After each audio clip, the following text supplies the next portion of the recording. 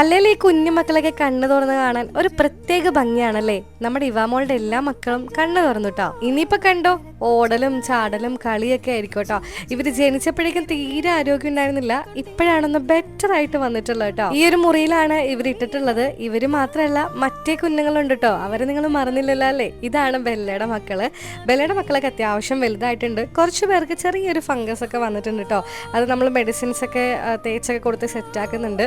ഇവരാണെങ്കിൽ ഭയങ്കര ചാടിക്കളിയും ഓടിക്കളിയൊക്കെയാണ് കേട്ടോ. എനിക്കാണെങ്കിൽ ഇവരെ കൊഞ്ചിച്ചും മതിയാവുന്നില്ല. എപ്പോഴെപ്പോഴും മുറി കയറി അവർക്ക് മുത്തം കൊടുക്കലാണ് എൻ്റെ പരിപാടി. അപ്പോൾ അതേ ഈ പൂച്ചയ്ക്കൊക്കെ കണ്ടോ ഫംഗസ് വന്നേക്കുന്നുണ്ടോ. അതൊക്കെ ഞാൻ കണ്ണിലൊക്കെ വന്നേക്കുന്ന ഫംഗസും മെഡിസിൻസ് ഒക്കെ നമ്മൾ തേച്ച് കൊടുക്കുന്നുണ്ടായിരുന്നു. ബെല്ലമോളുടെ കുഞ്ഞുങ്ങളിൽ 2 പേര് ഞങ്ങൾക്ക് നഷ്ടപ്പെട്ടിട്ടുണ്ടായിരുന്നു. അതുകൊണ്ട് ഇവരെ ഞങ്ങൾ പൊന്നുപോലെയാണ് നോക്കുന്നത്. ഇതാണ് ഞങ്ങളുടെ കുഞ്ഞിസ. ഇതിന് മാത്രം പേരിട്ടു കേട്ടോ. വലിയൊരു ഈസയുടെ പോലെ തന്നെയാണ് ഇതിരിക്കുന്നത്. അതുകൊണ്ടാണ് കുഞ്ഞിസ എന്ന് പേരിട്ടിട്ടുള്ളത്.